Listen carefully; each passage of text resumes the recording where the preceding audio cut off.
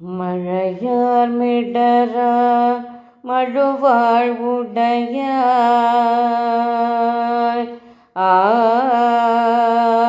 மழையார் மிடரா மழுவாழ் உடையாய் உழையார் கரவா உமையாள் கனவா விழவாரும் வெண்ணாவலின் மேவியம் அழகாய் என்னும் ஆயிழையாள் அவளே விழவாரும் வெண்ணாவலின் மேவியம் அழகாய் என்னும் ஆயிழையாள் அவளே.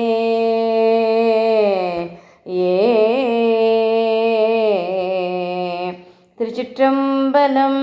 அனைவருக்கும் வணக்கம். உங்கள் அன்பு சகோதரி சுலதா பேசுகிறேன். இன்று நாம் பார்க்க இருப்பது திருக்குடந்தை திருவாசக முற்றோதல் குழுவினரால் நடத்தப்பட்ட பெரிய புராணம் நிறைவு பகுதி நிகழ்வில் அதே இடத்துல அந்த திருக்கூட்டத்தில் முதலில் மாணவராக இருந்து பார்வையாளராக ஆகி இன்று ஒரு சிறப்பு விருந்தினராக கலந்து கொண்ட அற்புதமாக தற்பொழுது அம்மா ஒரு 7 வருட காலங்களாக திருவானைக்காவலில் இருக்காங்க. சிவத்திருமதி திருவானைக்காவல் சாந்தகுமாரி அம்மா அவர்கள் ரொம்ப அற்புதமாக இந்த ஐயா பேசி அந்த வெள்ளானை சருக்கத்திலிருந்து அவங்களும் கொஞ்சம் பேசினாங்க.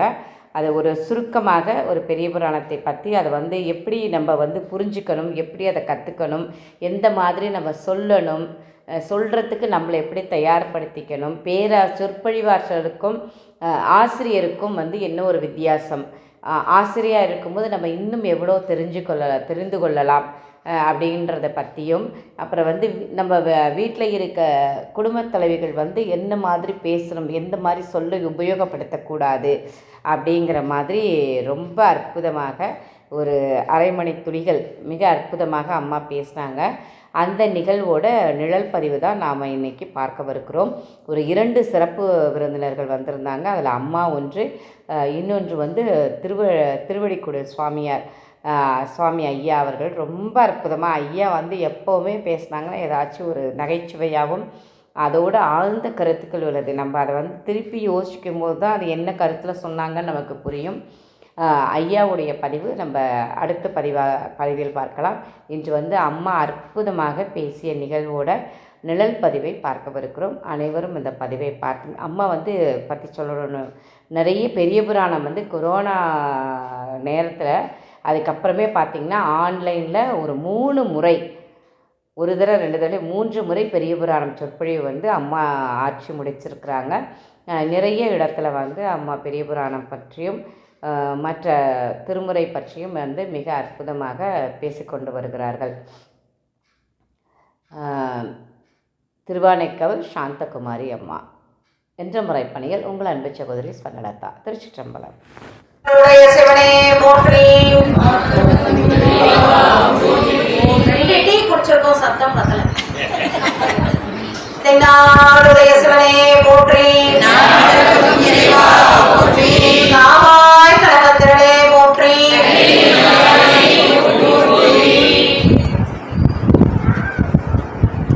திருச்சிற்றம்பலம். இத்தென்னை ஆண்டு கொண்ட எம்பெருமான் அம்மையப்பர் பொன்னார் மலரடிகளை வணங்கி என் குருநாதராகிய காழைப்பிள்ளையார் திருவடிகளையும் ஆசிரியர்களாகிய பெருமான் தெய்வ செக்கிழா பெருமான் திருவடிகளையும் மனதில் கொண்டு அகிலாண்டேஸ்வரி அம்மையுடனாய ஞானச்சார்வம் வெண்ணாவல் நேமிய மாணிக்கா நல்ல குருவர்களும் திருவர்களும் கூட்டுவிக்க நாம இன்றைக்கு இந்த சபையில இணைந்திருக்கிறோம். அமிர்தகலச பெருமானார் அமிர்தகலச அம்மை திருவர்களாலும் குருவர்களாலும் ஐயா சொன்னாங்க 2019 கிட்டத்தட்ட 16 வருடங்கள் நடந்திருக்கிறதா, 2009 16 வருடங்கள் இந்த வகுப்பு நடந்ததா சொன்னாங்க. 16ன்றதே நம்மளோட சைவத்துல ரொம்ப அருமையான ஒரு எண். நம்மளோட ஞான பிள்ளையார் சுவாமியோட திருவடி அடைந்தது 16 வயது, நம்பி ஆறுவருக்கு திருமணம் நடைபெற்றது 16 வயது ஆட்கொண்டது. அப்போ அந்த 16ன்றது ரொம்ப அருமையான எண். 16 பெற்று பெருவாழ் வாழன்னு சொல்லுவாங்க. அம்பிகை காஞ்சிபுரத்துல தவம் பண்றாங்க. தவம் பண்ணும்போது சுவாமி என்ன பண்றாரு, அருள் பண்ணணும்னு நினைக்கிறார். ஆனா அதையும் ஒரு திருவிளையாட்டால தான் பண்ணுவார். ஏன்னா இப்ப திருவிளையாட்டு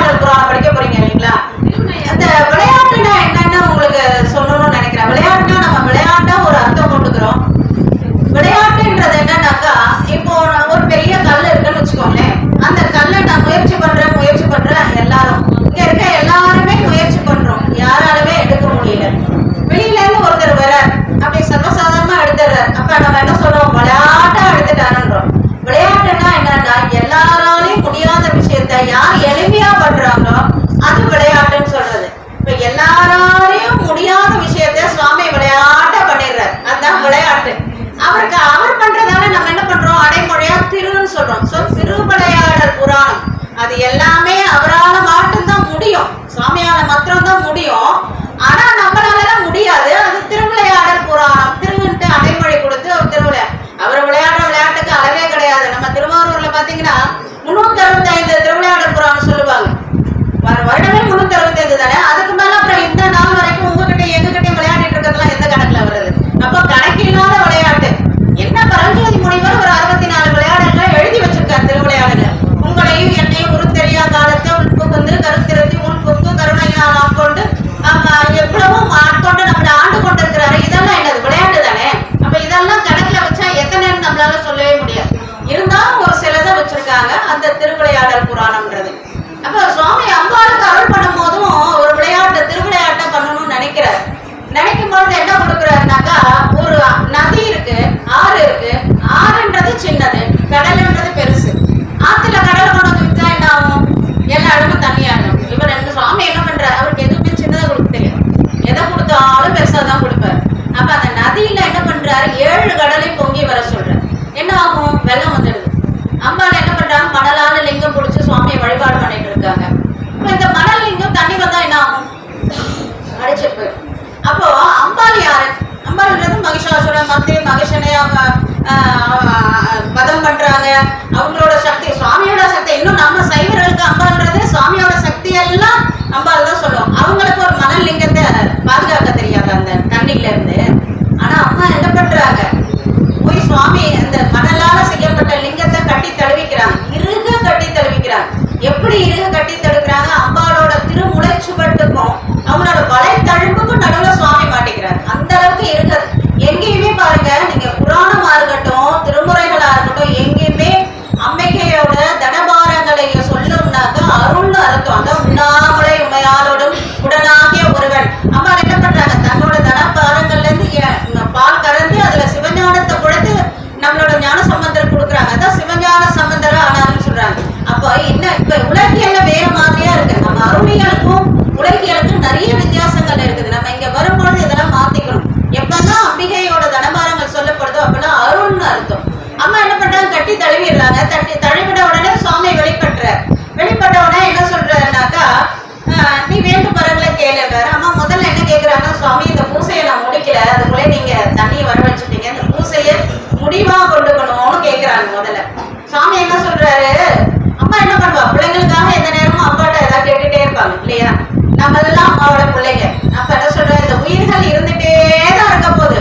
யாராவது ஒருத்தருக்கு இந்த அம்மா, அந்த ஐயாவுக்கு, அந்த அம்மாக்கு, இந்த அம்மாக்கு யாருக்காவது ஒருத்தர் நீ வந்து கேட்டுட்டே தான் இருப்பா. நீ பூசை என்பால் முடிவதில்லை.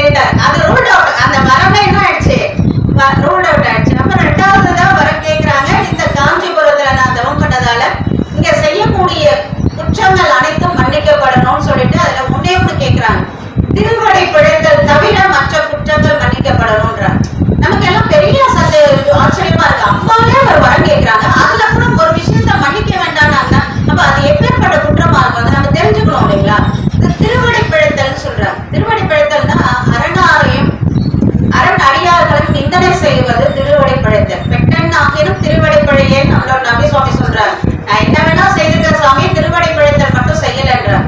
அப்போ அதை கேட்கிறாங்க. அம்மா என்ன கேட்கிறாங்க, திருவடை பிழைத்தல் தவிர வேற எந்த குற்றம் செய்திருந்தாலும் இந்த காஞ்சிபுரத்தில். அதனாலதான் காஞ்சிபுரத்துல பிறந்தா காலாட்டிட்டு இருக்கலாம்னு வாங்க, நம்ம சுகமா இருக்கலாம்னு வாங்க. எல்லாம் நினைச்சுட்டோம் காலை ஆட்டி தறி நெஞ்சிட்டு சுகமா இருக்கணும். காலை ஆட்டி பார்த்தா தெரியாது எவ்வளவு கஷ்டம்ன்றது. அப்போ அந்த சுகமா இருக்கிறதுக்கு காரணம் என்னன்னா, அம்பாள் வரம் வாங்கியிருக்காங்க. ஏதேனும் நம்ம குற்றங்கள் செய்தாலும் சுவாமி மன்னித்திருவாருன்றது அங்க அந்த பொருள். அப்புறம் 3வது வரம் என்ன கேட்கிறாங்கன்னாக்கா, இங்கே இருந்து காமாட்சி அம்மையா இருந்து இந்த உயிர்களுக்கெல்லாம் மரம் வளர்த்த நாயகியா இருந்து அருள் பாலிக்கணும்ன்றது. நம்மதான் இகத்துக்கும் வரத்துக்குமாக 16 பெற்றோன்னு சொன்னோம் இல்லைங்களா? இங்க இந்த உலகியலுக்கு தேவையான 16, அடுத்த உலகத்துக்கு தேவையான 16 இன்பங்களாகிய 32 அறங்களையும் அம்மா அங்க செய்து கொண்டு நமக்காக கைலாயத்தை விட்டு காமாட்சி அம்மையா இங்க இருந்து காஞ்சிபுரத்துல அருள் பாலித்து கொண்டிருக்கிறாங்க நம்மளோட அம்பிகை. இந்த 16ன்றதுக்காக சொல்ல வந்த 16 32 அறங்களை வந்து அம்மா இங்க வளர்த்துட்டு இருக்கிறாங்க. இந்த இதுல வந்து இந்த இடத்த சொல்றதுக்கான காரணம் வந்து நான் ஒரு தலைப்பின் கீழ் தானே பேசணும். ஒரு தலைப்பு ஒன்று எடுத்துட்டு இருக்கிறேன். என்னன்னாக்கா, பெரிய புராணம் கிட்டத்தட்ட 16 வருடங்கள் கேட்டவங்க யார் இருக்கீங்கன்னு தெரியல. ஆனா கொஞ்சம் வருடங்கள் கேட்டிருக்கீங்க. இந்த பெரிய புராணம் உங்க வாழ்வியலுக்கு என்ன செய்யுது? என்பதுதான் அதை அடுத்த தடை. நம்மளோட வாழ்க்கைக்கு இந்த பெரிய படிக்கிறோம், பாடலாம் இது பண்ணோம், நம்ம என்ன பண்ண போறோம், PhD வாங்க போறோமா? இல்ல. அப்ப இந்த வாழ்க்கைக்கு தினமா இருக்கக்கூடிய வாழ்க்கைக்கு என்ன மாற்றத்தை கொடுக்கணும், அதை எங்க இருந்து எப்படி எடுத்துக்கணும், இதைதான் நான் வந்து இங்க சொல்லலான்னு இருக்கேன். இப்ப என்ன பண்றாங்க, அம்மா என்ன பண்ணாங்க, சிவலிங்கத்தை கட்டி தழுவினாங்க சொன்னீங்க இல்லைங்களா? ஏன் அவங்க கட்டி தழுவினாங்க? நான் ஒரு சக்தின்றதே மறந்துட்டாங்க. அப்ப தான் என்ற நினைப்பு, தன்முனைப்பு அற்று இருந்தாதான் அம்பிகைக்கே சுவாமி வந்து வரம் கொடுக்குறார். அப்ப நான் தான் செய்தேன், நான் தான் செய்தேன், நான் தான் செய்யறேன், நான் தான் இதெல்லாம் பண்றேன்ற தன்முனைப்பு இருந்தா அம்பிகைக்கே அந்த இது நம்மளால போக முடியாது. அதனால்தான் தான் என்ற தன்முனைப்பு என்றைக்குமே நம்ம கிட்ட இருக்கக்கூடாது. அப்பதான் இறைவனை நோக்கி ஒருபடியாக எடுத்து வைக்க முடியும். இதுதான் வந்து முக்கியமான விஷயம். அந்த புராணத்துல நம்ம எடுத்துக்கிறோம். அப்புறம் பெரிய புராணம் வந்து 16 வருடங்கள் கேட்கிறோம். நம்ம எத்தனை 16 வகுப்பு கேட்டிருக்கலாம், சிலர் ஒரு வகுப்பு கேட்டிருக்கலாம். அடியன் வந்து இந்த 2011 நினைக்கிறேன் முதல் இங்க வரும்போது நம்ம ஐயா சிவத்திரு பாண்டியன் ஐயாவோட வகுப்பு மானக்கந்த நாயனார் புராணம் 3 முறை தொடர்ந்து திருவாரூர்ல இருந்து கார் எடுத்துட்டு வந்து வகுப்பு கேட்டுட்டு போவேன். 3 மாதங்கள் தொடர்ந்து, அப்ப மாதத்துக்கு ஒரு வகுப்பு இருந்தது. இப்ப தொடர்ந்து நான் வகுப்பு கேட்டேன். இந்த படிச்ச ஸ்கூல்லே வாத்தியார் ஆவாங்க இல்ல சிலரு, அது மாதிரி அந்த இங்க வந்து பாடம் கேட்டேன். நான் கிட்டத்தட்ட ஒரு 2020 நினைக்கிறேன் ஐயா வந்து பாண்டியன் ஐயா இறைவனோட சேர்ந்ததுக்கு அப்புறம் கொஞ்சம் நாள் யாரும் வகுப்பு மாணிக்க வாசகம் ஐயா எடுக்கிறதுக்கு முன்னாடி ஒரு 2 வகுப்பு இங்க நான் எடுத்திருக்கேன். இந்த சபையில அடியன் வகுப்பும் எடுத்திருக்கேன், வகுப்பும் கேட்டிருக்கேன். அதுதான் என்ன இங்க கொண்டு வந்து நிறுத்தி இருக்கு போல. எல்லாத்துக்கும் காரணம் என்று காரியம் இல்லை. இந்த தொடர்புன்றது நம்ம வகுப்பும் கேட்டிருக்கோம். மாணவியா வந்து இங்க ஆசிரியரா வந்து நான் வகுப்பும் எடுத்திருக்கேன். இன்றைக்கு சிறப்பு அழைப்பாளராகவும் வந்திருக்கேன். அப்போ சுவாமி நம்மள படிப்படியா உயர்த்திக்கிட்டு போறாரு பாருங்க. இது நானே ஒரு நல்ல உதாரணம் இல்லைங்களா? அப்போ அவங்க நுணுக்கமா சொல்லுவாங்க. அந்த புத்தகம் இன்னும் வச்சிருக்கேன், அவ்வளவு குறிப்புகள் எடுத்து வச்சிருந்தேன். ஒரு வார்த்தைக்கும் அவ்வளவு அழகா சொல்லிட்டு இருப்பாங்க. ஐயா சொன்ன மாதிரியே தான் ரொம்ப அழகா இருக்கும் இந்த புராணம் கேட்கவே. அதே மாதிரி இன்னொரு விஷயமும் சொல்லணும்னு ஆசை எனக்கு. நான் வந்து பெரிய புராணம் சொல்ல வந்ததுக்கான எப்படி வந்தேன்னாக்கா, எனக்கு ரொம்ப ஆசை பெரிய புராணம் கேட்கணும்ட்டு. அப்போ 2009, 8 நாங்க திருவண்ணாமலையில இருந்தோம். எங்க ஐயா அங்க வேலை பார்த்ததால அங்க பெரிய புராண வகுப்பே ஒன்றும் நடக்கல. அப்ப எனக்கு ஆசை இருந்தது, ஆனா வகுப்பு கேட்கறதுக்கான வாய்ப்பு இல்லை. அப்போ இங்க திருவானைக்காவுல ஐயா சிவராமன் ஐயா இருக்காரு, ஒரு தடவை சந்திச்சேன். நீங்க இங்க திருச்சிராப்பள்ளியில எல்லாம் வகுப்பு சொல்றீங்க, எங்களுக்கெல்லாம் வகுப்பு கேட்கறதுக்கே வாய்ப்பு இல்லையே அப்படின்னு அவர் சொன்னார். பெரிய புராணம் மாமா ஆசிரியர் பால் கேட்கணும் அப்படின்னாரு. சரி நமக்கு தான் வாய்ப்பே இல்லையே. அந்த 2வது ஒரு கமா வச்சுட்டு சொன்னாங்க, இல்லைன்னா ஒண்ணு வேணா பண்ணலாம், சிவகிரமணி ஐயா புத்தகம் கிடைச்சதுன்னா வாங்கி படிங்க அப்படின்னாரு. 2வது நம்மளால முடியும், அதை பிடிச்சிட்டேன், வாங்கி படிச்சேன். படிக்க என்னோட தோழிகள் அவங்களுக்குலாம் உட்கார்ந்து நடுவில் சொல்ல போய் அது அப்படியே கொண்டு வந்து இங்க இவ்வளவு தூரம் வர்றதுக்கு காரணம் வந்து இந்த இடத்தை கொடுத்தாங்க இல்லையா ஐயா அம்பலவாணன் ஐயா. அவங்க வந்து கருணை இல்லம், இந்த கருணை இல்லத்துல வகுப்பு கிட்டத்தட்ட ஒரு 2.5 வருடங்கள் அம்மா அங்க எனக்கு மாணவியா இருந்தாங்க. 2.5 வருடங்கள் தொடர்ந்து சொற்பொழிவாளரா இருந்த என்ன வகுப்பு ஆசிரியரா ஆக்கியது அந்த ஐயா தான். அவங்களாலதான் வந்து தொடர்ந்து அந்த சொற்பொழிவாளரா இருக்கும் பொழுது நம்மள பேச்சு திறமையை காட்டலாம். ஆனா வகுப்பு ஆசிரியரா இருக்கும் பொழுதுதான் நுணுக்கங்கள் சொல்ல முடியும். அந்த மன திருப்தி எப்ப வரும்னா வகுப்பு ஆசிரியையா இருக்கும் பொழுதுதான் எனக்கு வருது. ஏன்னா நேரம் நம்மளுக்கு ஒரு இந்த நேரத்துக்குள்ள முடிக்கணும்ன்ற சட்டம் எதுவும் இல்லை. நம்ம தெய்வ சேக்கிழா பெருமானாரை படிக்கணும்னா எப்படி படிக்கணும்னா, இப்படி எல்லாம் படிச்சுட்டு எல்லாம் போகக்கூடாது. அவர் வைக்கிற புள்ளியில இருந்து கமால இருந்து செமிகோலன்ல எல்லாத்தையும் படிக்கணும். எல்லாத்துக்கும் அர்த்தம் இருக்கும், எல்லாத்துக்குமே அர்த்தம் இருக்கும். அதை நுணுகி படிக்கணும்னா வகுப்பு ஆசிரியையா இருந்தாதான் அது முடியும். அந்த இடத்துக்கு கொண்டு வந்து அந்த நுணுக்கங்களை வந்து படிக்கிறதே ஒரு இன்பம். அப்படி சொல்லும் போது எனக்கு இனிக்கும். பெரிய புராணம் சொன்னாலே இனிக்கும். ஸ்ரீதர் ஐயா சொன்னதான் சொல்றதுக்கு செல்போன்ல ஐயா தேடிட்டு இருந்தாங்க. அந்த ஐயா சொல்லுவாரு, அவருக்கு என் பேர் வரவே வராது, சாந்தகுமாரி என்ற பேர் வரும். அம்மா பெரிய புராணம் இங்க வா, இந்த விளக்க ஏத்து. அம்மா பெரிய புராணம் இங்க வா, இந்த மாலை பெரிய புராணம். ஐயோ ஆஸ்கார் அவார்டெல்லாம் ஏதோ சொல்றாங்க, அதெல்லாம் எப்படி இருக்குமோ எனக்கு தெரியாது. இந்த பெரிய புராணம் இங்க வாட என்ன கூப்பிட்டாருன்னா எனக்கு 2 ஆஸ்கார் வாங்கின மாதிரி. இந்த இவர் ஏ ரஹ்மான் 2 ஆஸ்கார் வாங்கிட்டு இருக்கிறாருல, எனக்கு அப்படி இருக்கும். அந்த ஐயா என் பேரை சொல்லும் போதெல்லாம் அப்படி இந்த அம்மா பெரிய புராணம் அந்த மாலை எடுத்து போடுமா, இந்த அம்மா பெரிய புராணம் அந்த அப்படின்னு வர அவர் அந்த பெரிய புராணம்னு சொல்லி கூப்பிட்டாக்கா எனக்கு அவ்வளோ ஆனந்தமா இருக்கும். காரணம் என்னன்னா அதை நம்ம அவ்வளோ உள்வாங்குறோம். அதுக்கு காரணம் என்னன்னா நீங்க எல்லாம் இவ்வளவு தூரம் ஆர்வமா கேட்கறதா தான் நாங்க இன்னும் படிக்கிறோம். அது என்ன எடுத்துனாக்கா எங்களுக்கும் ஆனந்தத்தை கொடுக்குது, உங்களுக்கும் ஆனந்தத்தை கொடுக்குது. சரி, படிக்கிறோம் சொல்றோம், எல்லாமே ரைட்டு. எப்படி படிக்கிறோம்ன்றதை நாங்கள் சொல்லிட்டோம். எப்படி நீங்க உள் வாங்கணும் அதை சொல்லணும் இல்லைங்களா? இப்போ ஐயா சொன்னாங்க தானடை முன் படைத்தான் பாடிக்கிட்டே போனாங்க. அப்ப என்ன, அதுக்கு முன்னாடி சேரமான் பெருமானார் இருக்கக்கூடிய அந்த தளத்துக்கு நம்மளோட நம்பி சுவாமி வந்தாங்க இல்லைங்களா? இந்த எட்டாய் மறைக்கேன் பாடிட்டு நம்பி சுவாமி இந்த சேர நாட்டுக்குள்ள வராங்க. வரும்பொழுது என்ன பண்ணாங்க, அவரோட பட்டத்து யானையை எடுத்துட்டு போயிட்டு, ஒரு ராஜா நம்மளோட பெருமானார் வர்றாரு, பட்டத்து யானை எடுத்துட்டு போயிட்டு அந்த பட்டத்து யானை மேல நம்மளோட சேரமான் பெருமான் என்ன பண்றாரு, நம்பி ஆரூரரை அமர்த்தி அவர் பின்னாடி உட்கார்ந்துட்டு அவருக்கு கவரை வீசிக்கிட்டு எந்த நாட்டுல போறார், அவர் எந்த நாட்டு ராஜாவோ அதே நாட்டுல போறார். இப்போ இதை அவங்க உங்க மனதுல பதிய வச்சுட்டாங்க. எப்படி கேட்கணும்னா, கேட்டதை நம்ம அப்படியே வந்து நடைமுறைப்படுத்தணும். இதை கேட்டவர் யாருன்னா அனபாய சோழர் கேட்கிறார். இந்த பெரிய புராணம் யார் சொல்றா, நம்ம தெய்வ சேக்கிழா பெருமானார் சொல்றாங்க. ஒரு நாள் மன்னர் அனபாய சோழர் இருக்கார். அவர் என்ன பண்றாரு, அவைக்கு வர்றார். அவைக்கு வந்தோடனே அப்ப சண்டையும் அதுவும் இதுவும் மட்டும் பேசுறது இல்ல, இலக்கியமும் தமிழும் பேசியிருக்காங்க, ஆன்மீகமும் பேசியிருக்காங்க அரசவையில. அந்த அரசவையில வந்துட்டு இவர் முதல் நாள் சீவக சிந்தாமணி படிச்சிருக்காரு. சீவக சிந்தாமணின்றது ஒரு நல்ல நூல். அந்த நூல் எப்படின்னா அதோட கதாநாயகன் அங்கங்க போவோம், ஒரு 8 பெண்களை வந்து காதலிக்கிற மாதிரி அமைந்திருக்கும். இந்த மாதிரி ஒரு நூல் ரொம்ப அழகா காதல் ரசம் சொட்ட இருக்கும்னு வச்சுக்கோங்களேன். அந்த சீவக சிந்தாமணியை படிச்சுட்டு வந்த உடனே ரொம்ப அற்புதமான நூல் பாராட்டுறாரு மன்னர் அனபாய சோழன். அப்ப எல்லாரும் சிலர் வந்து ஆமா ஆமான்றாங்க. நம்மளோட மந்திரியார் ஆகிய சேக்கிழா பெருமானார் என்ன சொல்ற, அமைதியா இருக்காரு. உடனே இவர் கேட்கிறார், என்ன ஏன் நீங்க எந்த இதுவும் சொல்ல உங்களுக்கு உடன்பாடு இல்லையான்னு கேட்கிறார். அப்பதான் நம்மளோட மந்திரியார் சொல்றாரு, மன்னா நீ வந்து சீவக சிந்தாமணி படிச்சு இருந்தேன்னா உன்னோட நாட்டுல இருக்கவங்க எத்தனை பேரும் என்ன பண்ணுவாங்க, அதே தான் படிப்பாங்க. அப்ப இந்த கலாச்சாரம் தான் வளரும். அதனால இது வந்து தகுதி அல்லது.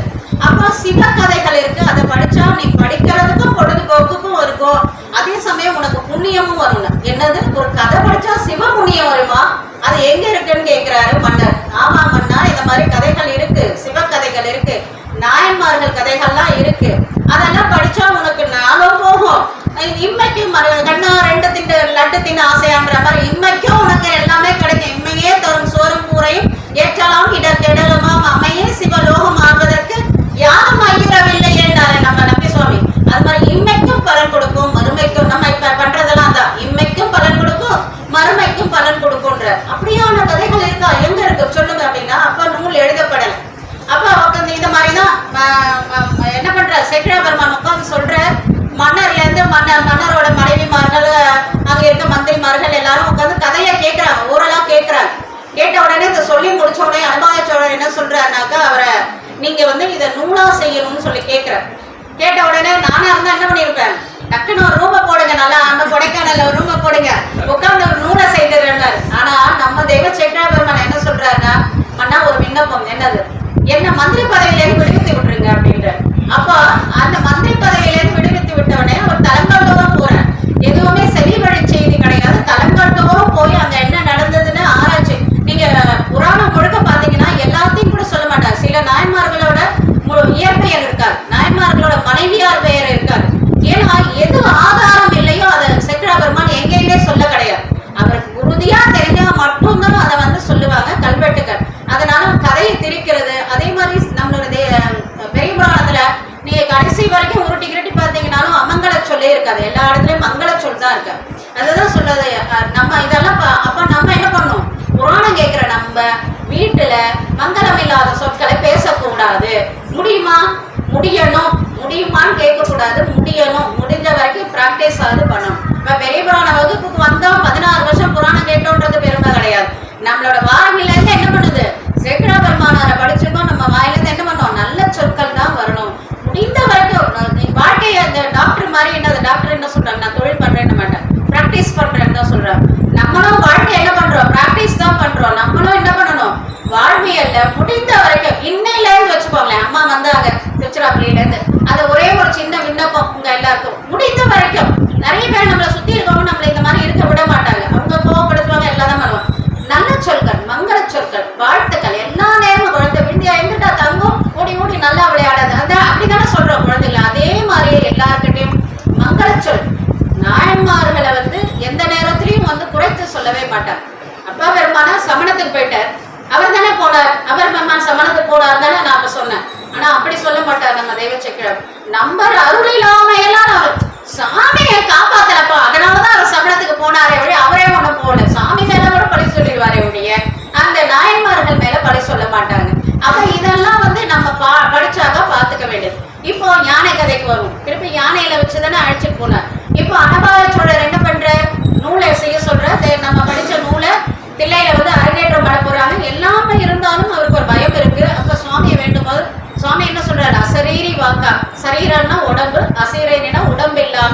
வாக்கு மட்டும் வருது.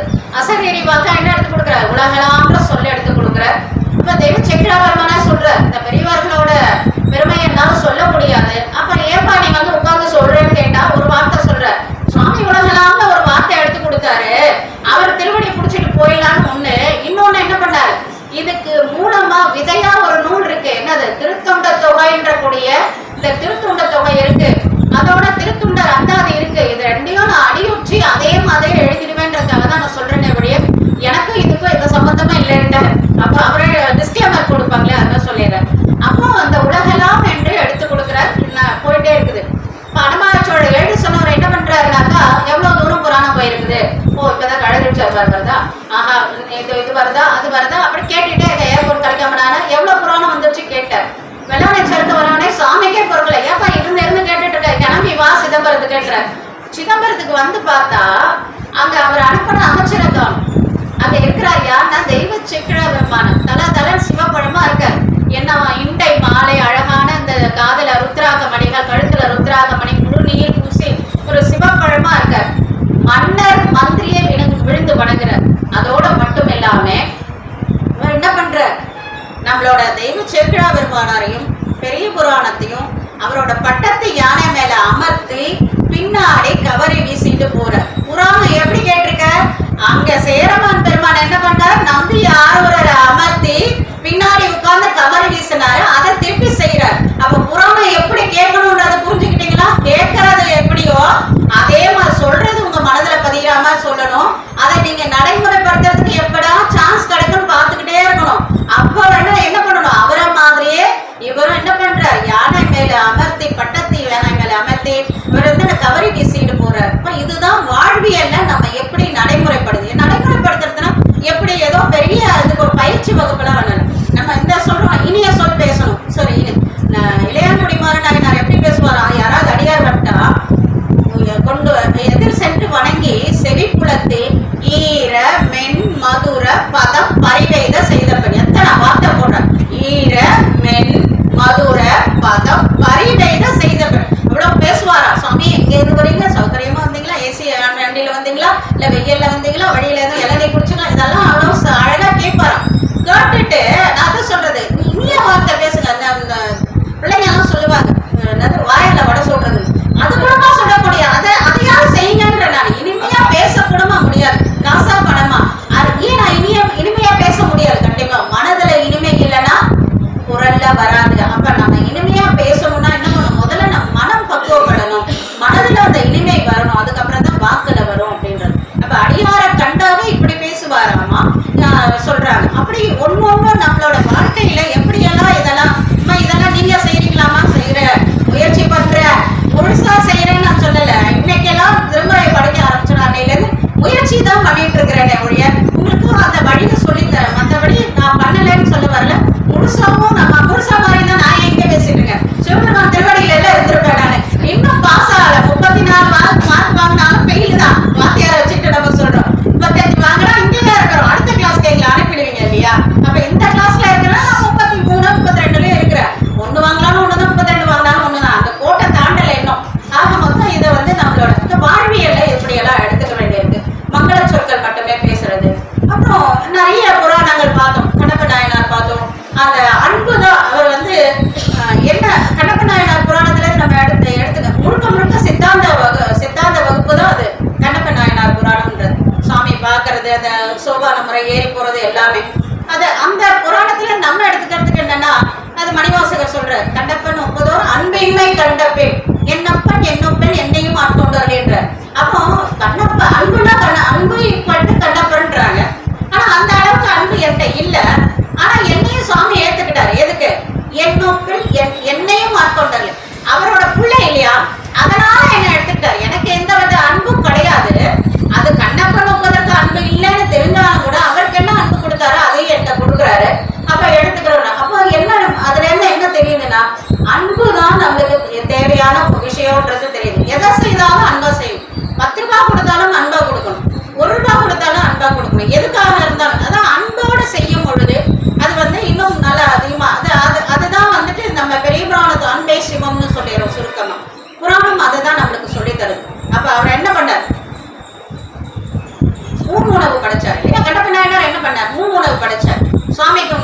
அவர் படிச்சார். சுவாமி என்ன சொன்னார்? அவர் கொடுக்கக்கூடிய உணவு எனக்கு அவிர்வாகத்தில் இருக்கக்கூடிய உணவு மாறின்றார். வாயில தீர்த்தம் கொண்டு போறார். அந்த தீர்த்தத்தை உமிழும் போது என்ன சொல்றார்? தெய்வ சக்கரவர்த்தி என்ன சொல்றாருனாக்கா, அவர் மனதில் இருக்க அன்பு வாய் வழியா வந்த மாதிரி தீர்த்தத்தை விட்டாருன்ற. சுவாமி என்ன சொல்ற? கங்கை முதல் தீர்த்தத்தை விட சிறப்பு எனக்கு அதுன்ற. அது என்னங்க, மனதுல இருக்க அன்பை வெளியில வர முடியும்னாக்கா வர முடியும். யாராவது எப்படியாவது கோவமா பேசிடுறோம், பேசிட்ட உடனே அவங்க கோச்சிக்கிறாங்க. என்ன சொல்றோம்? இந்த மாதிரி நான் அப்படி நினைச்சதான் பேசல, ஏதோ கோபத்துல வந்தது. அப்ப எதிராளிகளும் சொல்லுவாங்க, மனசுல இல்லாதையா வந்தது, உன் மனசுல இருந்தது தானே வந்தது. அப்ப மனசுல இருக்கிற கோபம் வெளியில வரும்னா மனசுல இருக்க அன்பு வெளியில வராதா? நம்ம வர வைக்கிறதே கிடையாது. அப்ப என்ன பண்றோம்? மனதில இருக்க அன்பு அந்த பூசைனாக்க என்ன பண்ணணும்னாக்கா, திருநீர் பூசிக்கிறதோ, சுவாமிக்கு தீர்த்தம் விடுறதோ, அபிஷேகங்கள் பண்றதோ பூசை கிடையாது. அது என்ன பண்றோமோ அது அன்போட செய்யறதா பூசை. இன்னும் ஒரு விஷயம் ஐயாக்கெல்லாம் பிடிச்சிருக்கும். நானே பொதுவா சொல்றது ஒண்ணு, சக மனிதர்கிட்ட அன்பு இல்லாத ஒருத்தராக சாமி கிட்ட போகவே முடியாது. நீங்க எவ்வளவு வேணா பூசை பண்ணுங்க, ஒரு அடுத்த மனிதனை மதிக்கவோ அடுத்த மனிதர்கள் அன்போ இல்லைன்னா அந்த பூசை அத்தனையும் அன்பு இல்லாத பூசையா தான் கணக்குல போடும். அதனாலதான் என்ன சொல்றாரு வள்ளலார்? வாடிய பயிரை கண்ட போதெல்லாம் வாடினேன். இது எல்லாரும் சொல்றோம், வாடிய பயிரை கண்ட போதெல்லாம் வாடினேன்ட்டு. அது என்னங்க வாடிய பயிர்? அப்ப இந்த மரம் வாடி போச்சு அவ்வளவுதானா? இதுதானா அது? அப்படி கிடையாது. வாடிய பயிருக்கு அந்த பயிரையும் ஒரு உயிரா நினைக்கிற. நம்ம மனிதனுக்கு சாப்பாடு இல்லைன்னா நம்ம வருத்தப்படுறோம். நம்ம நாய் வளர்க்குறோம், பூனை வளர்க்குறவங்களுக்கு அந்த பூனைக்கோ நாய்க்கோ சாப்பாடு எல்லாம் கண்டிப்பா வருத்தப்படுவாங்க, போகவே மாட்டாங்க. ஏதாவது வாங்கி போட்டுட்டு தான் போவாங்க. ஏன்? அந்த உயிரோட அந்த உயிரோட தவிப்பு அவங்களுக்கு தெரியும். அதே மாதிரி வள்ளலார் இருக்க அந்த செடியோட தவிப்பும் தெரியும். நமக்கு மனுஷனோட தவிப்பே தெரிய மாட்டேங்குது. அவருக்கு என்ன பண்றாரு? செடியே ஒரு உயிரா நினைக்கிறார். அந்த பயிர் வாழினாலும் அவர் வாழ்றாரு. அப்ப என்னன்னா அந்த நிலைக்கு அவங்க போயிடுறாங்க. இன்னும் கொஞ்சம் போனா கண்ணப்ப நாயனார் அந்த திருமேனியை தான், சாமியோட திருமேனியை தான் பாக்குறாரு. கல் திருமேனி, அதையும் உயிர, கல்லையும் உயிரா நினைக்கிறாரு இல்லைங்களா? அப்ப அந்த நிலை ஒரு நிலையில நம்ம இன்னும் சக மனுஷனே மனுஷனா நினைக்காத நிலையில இருக்கும். அடுத்தது மனுஷங்களை நினைக்கிறோம், அடுத்த பயிர்களை நினைக்கிறோம், உயிர்களை நினைக்கிறோம். அதுக்கப்புறம் என்னது? கல்லையும் கூட உயிரா நினைக்கக்கூடிய பக்குவம் கொண்டவர்களை நாம படிச்சிருக்கோம். இது எல்லாமே வாழ்வியல்ல நாம எடுத்துக்கக்கூடிய. நம்ம அப்புறம் எனக்கு டைம்லாம் பார்க்க தெரியாது. விட்டீங்கன்னா சாயந்தரம் வரை பேசுவேன். நேரத்தை கொஞ்சம் சொல்லிடுங்க. ஏன்னா எவ்வளவு நேரம் பேசலாம்?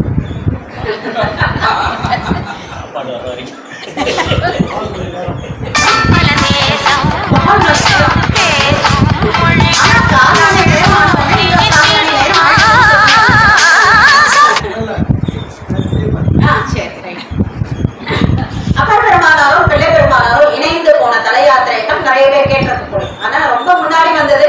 நீங்க உங்ககிட்ட முழு புராணத்தையும் எடுத்து என்னால பேச முடியல. ஏன்னா நீங்க எல்லாம் ஒரு சில விஷயங்கள் கேட்டிருப்பீங்க. அந்த புராணங்கள்லாம் கேட்டீங்களா இல்லையான்னு தெரியல. அதனாலதான் கொஞ்சம் தொட்டு காட்டிட்டு போறேன்.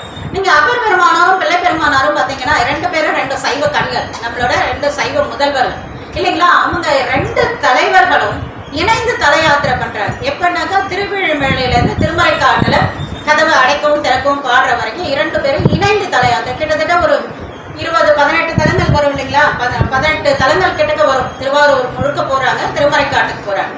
இருவரும் இணைந்து தல யாத்திரை பண்ணும்போது இப்போ நம்ம ஒரு திருக்கூட்டத்துல இருக்கோம். 2 திருக்கூட்டம் சேர்ந்து ஒரு வேலையை நம்மளால செய்ய முடியும் இயல்பா வாழ்க்கையில. நான் இந்த உலகியல்ல சொல்றேன். 2 திருக்கூட்டத்துல இருக்கிறவங்க இணைந்து ஒருத்தருக்கு ஒரு ஈகோ வருது, இணைந்து போக மாட்டேங்கிறோம். அவ்வளவு ஏன் திருக்கூட்டமே வேண்டாம். ஒரு பஸ்ல ஏறி நம்ம ஒரு பயணம் போறோம், ஒரு 50 பேர் சேர்ந்து ஒரு தல யாத்திரை போறோம்னா வரும்போது 3 சண்டை 3 குரூப்பா தான் வரும். ஒருத்தருக்கு ஒரு மன வருத்தங்கள் வருது. உண்மைதானே? நடக்குதானே? இல்ல சிரிப்பை பார்த்தாலே தெரியுது நடக்குது. அப்ப ஏன் நம்ம அடியார்கள் தானே, நம்மள சிவன் அடியார்கள் தானே, நம்மள ஒரு குடம் தானே, ஒரே திருநீர் பூசுறோம். ஒரு தல யாத்திரைக்கு போயிட்டு வரும்போது கூட நமக்கு ஏன் ஒருத்தருக்கு இந்த வருத்தங்கள் வருது? அப்ப இன்னும் நான் என்ற இதுவை ஒழிக்கல. அவங்க அதை சொன்னாங்க, இதை சொன்னாங்க, அதை சொன்னாங்க. அப்ப ஒண்ணு நான்றதை ஒழிக்கல. இன்னொன்னு நம்ம புராணத்தை இன்னும் சரியா ஒழிப்பாங்க. நம்மளோட அப்பர் பெருமானாரோட பெரியவங்களா நாம, நம்ம பிள்ளை பெருமானாரோட பெரியவங்களா நாம. அவங்க 2 பேரும் 2 தலைவர்கள். அப்பர் பெருமானாருக்கு ஒரு 10,000 அடியார்கள் இருந்திருக்கலாம், 16,000 அடியார்கள் இருந்ததா சொல்றாங்க நம்மளோட பிள்ளை பெருமானார். இத்தனை பேரும் இணைந்துதான் தல யாத்திரை போறாங்க. ஒருத்தருக்கு ஒருத்தர் எவ்வளவு அன்போடு இருக்கிறாங்க, ஒருத்தருக்கு ஒருத்தர் எப்படி இருக்கிறாங்கன்றத நம்ம படிக்கிறோம். நீங்க பார்த்தீங்களா, திருவிழிமழையில எல்லாருக்கும் தெரிந்த கதை தான். சுவாமிக்கு என்ன கிடைக்குது? வாசி இல்லாத காசு கிடைக்குது. பிள்ளை பெருமானாருக்கு வாசிப்பட்ட காசு கிடைக்குது. அங்க போய் என்ன பண்றாரு? உடனே தெரிஞ்சுக்கிறார். ஏன் உடனே தெரிஞ்சுக்கிட்டு என்ன சொல்றாரு?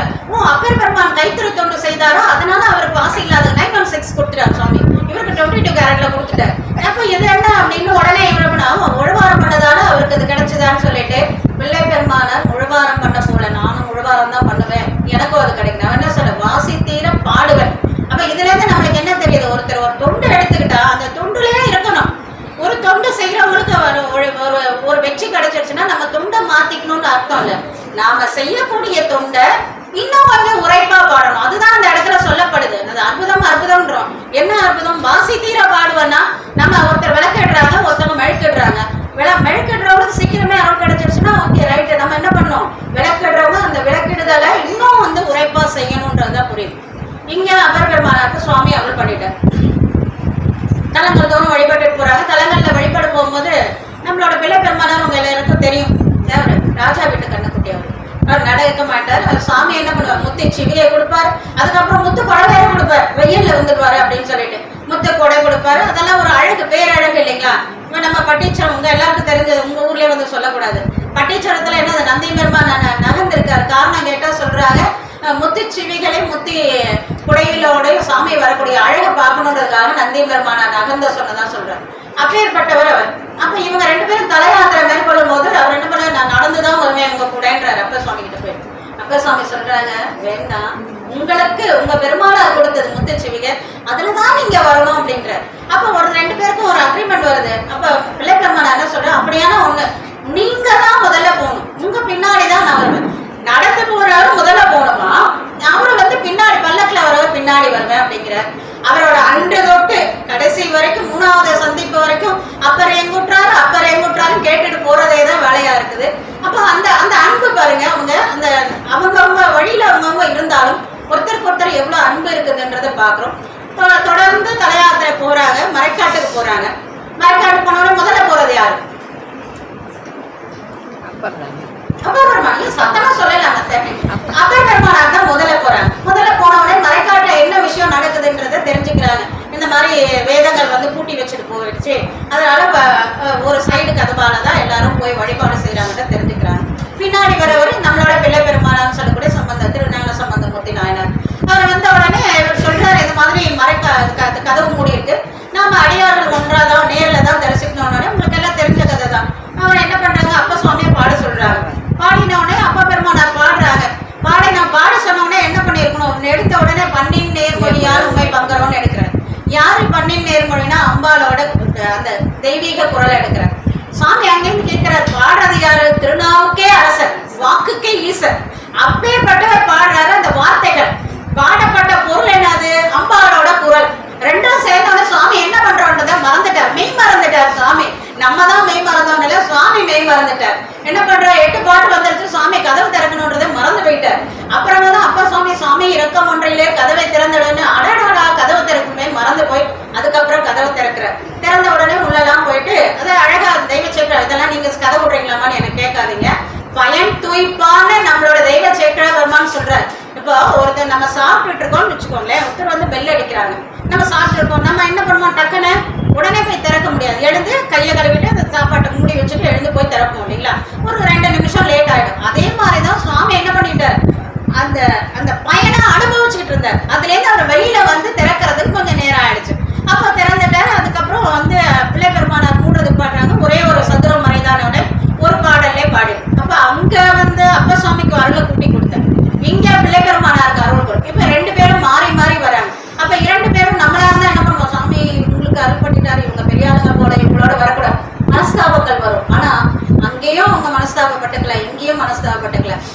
அதுதான் பின்னாடி அப்ப சுவாமி நம்மளோட பிள்ளை பெருமானார் வாழ்நாந்தனர் வானவராணினத்துல சொல்றார், ஆட்பாளவர்க்கு அருளும் மன்னம் ஆதி மார்மம் கேட்பான் அவர் கிழக்க வேண்டியது. இது ஏன் அப்படி நடந்தது, இப்ப ஏன் நடந்ததுன்னு கலந்துட்டு இருக்காதுங்க. கலந்தீங்கன்னா ஒண்ணுமே கிடைக்காது. அப்போ ஆன்மீகம்ன்றது என்னன்னா அறிந்துக்கணும், அதை தெரிஞ்சுக்க கூடாதுன்னு அர்த்தம். அப்படியே இந்த சபை இருக்குது, தெரிஞ்சுக்கிறது தான். ஆனா அதையே தோண்டி துருவி இதையேன்னு தோண்டிக்கிட்டே போனீங்கன்னா அதுலதான் ஆர்வம் போகுமே வழிய அந்த அறிவார்ந்த விஷயத்துல போகாது. இதுக்கு ஒரு உதாரணம் எப்படி சொல்லணும்னா, குக்குலியகலை நாயனார் படிச்சு ஒரு வீட்டுல 4 நாளா உணவே இல்லை. வீட்டுல 4 நாளா உணவே இல்லைன்னா பொருளே இல்லை. அதுக்கப்புறம் தான் உணவுக்கு போறோம். அம்மா என்ன பண்றாங்க, தன்னோட மாங்கல்யத்தை கழட்டி கொடுத்து போய் நெல் வாங்கிட்டு வாங்கன்னு சொல்றாங்க. இவர் இறங்கினவனே அது சாமி தான் வந்தாரா வணிகர் தான் வந்தாரா தெரியாது. வந்துட்டு என்ன பண்றாரு, டைம் ஆயிடுச்சா, சரி வணிகர் என்ன பண்றாரு, குங்குளியம் இருக்குது, குங்குளியத்தை வாங்கி கொண்டு போய் அங்க சுவாமிக்கு இன்னைக்கு இருக்கு, நாளைக்கு இருக்கு, அடுத்த வாரம் இருக்கு, அடுத்த மாதத்துக்கு வேண்டிய பண்டாரத்துல இங்க 4 நாளே உணவு இல்லை. ஆனா இங்க நெல் வாங்காம அங்க கொண்டு வந்து வைக்கிறார். வச்சுட்டு தூபம் போடுறாரு, மயங்கி இருந்தாரு. அவர் சும்மா தானே இருந்தார். சுவாமி சும்மா இருக்க முடியுமா? அவர் வெளியில வந்து அம்மாவோட இல்லத்தை பெரிய மாளிகை, மாட மாளிகை, கோபுரமா ஆக்கிட்டு அம்மாவுக்கு உணவு அரிசியும் கொடுக்குறாரா, நெல்லும் கொடுக்குறாரு. ஏன்னா நெல்லை குத்தி சோறாக்க லேட் ஆகுமா, அதனால அரிசியும் கொடுத்து நெல்லும் கொடுக்குறாரு. எழுப்பி அந்த அம்மா எழுப்பிட்டு அம்மா சமைமான்னு சொல்லிட்டு போய் அவர் எழுப்புறாரு. அவர் அழகா வார்த்தை சொல்லுவாரு, சாலனி பசித்தார். யாருக்கு? அவருக்கு பசிக்குது. இவர் சொல்றாரு, சாமி சொல்றாரு நாயனாரை பார்த்து, சாலை உனக்கு ரொம்ப பசிக்குதுப்பா, நீ துன்பத்துல இருக்க, வீட்டுக்கு போய் பால் சோறு சாப்பிடு. உடனே என்ன சொல்லியிருக்கணும்? நம்மள அந்த சாமி வீட்டுல 4 நாளா அரிசி இல்ல சாமி, நான் எங்க போய் சாப்பிடுறதுன்னு சொல்லியிருப்போம் இல்லையா? ஆனா அந்த ஆணையை மீறல. வீட்டுக்கு வர, வீட்டுக்கு வந்தா மாட மாளிகை கோபுரமா இருக்காரு. அந்த அம்மாவை பார்த்துக்க, அந்த கணவனை மனைவி பேசிக்கிற அழகா பார்க்கணுமா? அந்த அம்மாவை பார்த்து கேட்கிறார், வில்லொப்து நெகலாம் இது என் பொருள் அப்படின்றாரு. அந்த அம்மா அதுக்கு மேல ஒரு அழகான பதில் சொல்ல, அல்லொப்த கண்டனார் அழுத்தர வந்தது. அவங்க சொல்றாரு அழகா, இது என்னம்மா அப்படின்றார். அல்லொத்த கண்டனா இருண்ட கண்டத்தை கொண்ட சாமி கொடுத்தாருங்க இது எல்லாமே அப்படின்னு சொல்லிட்டு சொல்றாரு. அப்ப இது என்னதுனாக்கா அந்த தாம்பத்தியம் எவ்வளவு அழகா இருக்குதுன்றது. அதோட மட்டும் இல்லாம எதுக்கு சொல்றோம்னாக்கா, நம்ம அந்த இடத்துல அறிவார்ந்து அவர் யோசிச்சிருந்தாக்கா இது நடக்காது. அறிவார்ந்து யோசிக்காம என்ன சொன்னார்? சுவாமி சொன்னவனே வரணும். சில இடங்கள்ல அப்படிதான் சுவாமியோட ஆணைனா, அப்ப ஐயா சொன்னாங்க இல்லையா, யானை மேல ஏத்துட்டு இறைவர் ஆணைன்னும் போது நம்ம சிரம் அந்தர்மானாட்ட சொல்லிட்டு வரேன்னு சொல்லுங்க. இறைவனோட ஆணைனா அப்படியே கேட்டுடணும். அதே மாதிரி அறிவுன்னு அறிவால போனாக்கா நம்மளோட அறிவுலதான் தேர்ந்துட்டு இருக்க முடிய ஈசன் அருள்ல கிடைக்க முடியாது. கடைசியா ஒரே வார்த்தை மட்டும் சொல்லி நிறைவுபடுத்திக்கிறேன். நம்ம வந்துட்டு ஒரு பாத்திரம் இருக்குன்னு வச்சுக்கோங்களேன், ஒரு பித்தளை பாத்திரம் இருக்குது. அம்மா உங்க பேர் என்னம்மா? சொன்னலத்தாட்ட இந்த நான் பாத்திரத்தை கொடுத்து, அம்மா இந்த பாத்திரத்தை கழுவிட்டு வாங்கன்னா என்ன பண்ணுவீங்க? கழுவிட்டு வாங்க. எப்படி கழுவீங்க? சுத்தமா கழுவிட்டு. ஏதாவது கழுவுவீங்க? தண்ணியில தானே இல்லம்மா, நான் பித்தளை பாத்திரம் உங்கள்கிட்ட கொடுக்குறேன். எப்படி கழுவீங்க? புளியை போட்டு நல்லா ஊற வச்சுட்டு அதுக்கப்புறம் சபீனாவோ இதெல்லாம் பெண்கள் தான் சொல்றாங்க பாருங்க, அவங்களுக்கு தான் தெரியும். எல்லாத்தையும் போட்டு தொடச்சு கழுவிட்டு வருவோம். அப்ப அதை பலபலன்னு ஆக்குறது எது? புளி. அந்த புளி தானே பலபலன்னு ஆக்குச்சு. அதை வச்சுக்கலாம்ல, அதை ஏன் கழுவி தர்றீங்க? அதுதானே உதவி படைச்சு பலபலன்னு ஆக்கிறதுக்கு. அதை நீங்க கழுவிட்டீங்க இல்லையானாக்கா, அதே மாதிரிதான் அறிவுன்றது என்னன்னாக்கா, அறிவு விளக்கம் நம்மளுக்கு வேணும். கண்டிப்பா இதை தெரிஞ்சுக்கிறதுக்கு ஒரு அறிவு. ஆனா அறிவை என்ன பண்ணணும்னா, ஞானம் பெற்றவன அறிவை ஒதுக்கி வைக்கணும். எப்படி புளிய கழுவி தள்ளுறோமா, அறிவே நினைச்சிட்டு இருந்தானாக்கா நம்மளுக்கு என்ன வரும்? ஆணவமும் கர்மமும் வந்துடும். இறைவன்ட்ட நீங்க அடையவே முடியாது. அதை எது நம்ம இன்னும் சிம்பிளா சொல்ல போனா, விளக்குமாறு எடுத்து விளக்குறோம், பெருக்கிறோம். பெருக்கிட்டு விளக்கமாறு தானே இந்த இடத்த சுத்தம் பண்ணிச்சு நடு வீட்டுல வச்சுக்கிறோமா? இல்ல, அதை கொண்டு ஓரமா வச்சிடறோம். அதுதான் அதே மாதிரிதான் அறிவுன்றது கண்டிப்பா வேணும். சபைக்கு வரும், எல்லாம் தெரிஞ்சுக்கிறதுக்கு அறிவு வேணும். ஆனா அறிவு எனக்கு தெரியும் நினைச்சுட்டே இருந்தா ஆணவமும் கர்மமும் வந்துடும். அதுக்கப்புறம் நம்ம இறைவன்ட்ட அடையவே முடியாது. அதனால அறிவு வேணும். ஆனா அந்த அறிவை பின்னாடி வச்சுட்டு நம்ம என்ன பண்ணணும்? அருள் வந்ததுக்கு அப்புறம் அறிவை பின்னாடி வச்சுட்டு அந்த அருள்ல இருந்துக்கணும்ன்ற அளவோட நீங்க எல்லாம் இவ்வளவு நாள் வந்து படிச்சு அந்த அறிவோட இருந்தீங்க. அதை இனி அருளோட மாத்தி இன்னும் நிறைய வந்து திருவிளையாடல் புராணம், நமக்கு 3 கண்கள் போல, ஐயா சொன்னாம 3 கண்கள் போல திருவிளையாடல் புராணம், பெரிய புராணம், கந்த புராணம்ன்றது. அந்த மாதிரி அந்த கண்ணில் இன்னொரு கண்ணை சிந்திக்கிறதுக்கு உங்களுக்கு வாய்ப்பு கொடுத்துருக்காங்க. எங்களுக்காக இன்னும் அந்த வாய்ப்பு கிடைக்கவே இல்லை. வாய்ப்பு கொடுத்துருக்காங்க ஐயா. தொடர்ந்து வகுப்புக்கு வந்து இந்த ஞானத்தை பெற்று வாழ்க்கையிலும் உறுதி அடைந்து உண்மைக்கு மட்டும் இல்ல மறுமைக்கும் இந்த செல்வத்தை நீங்க சேர்க்கணும்ன்ற நல்ல செய்தியோட இந்த வாய்ப்புக்கு நன்றி கூறி எல்லா திருவடிகளையும் வணங்கி விடைபெற நன்றி, வணக்கம்.